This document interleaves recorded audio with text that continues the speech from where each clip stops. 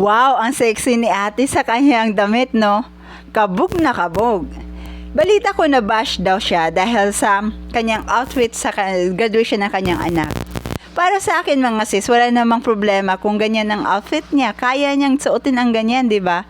Pero kasi parang hindi nga lang nababagay doon sa okasyon na kanyang pinuntahan. Pero kung ganyan ang gusto niya, di ba? Sino ba naman tayo ang humusga? Kung kaya namang suotin niya, kaya ng budget niya, at kaya niyang ipagmalaki kung anong meron siya, di ba? Be happy na lang sa mga gusto ng ibang tao. Siguro dahil hindi siya kagaya ni Heart Evangelista or ni Marian Rivera na kabog talaga kung magdamit.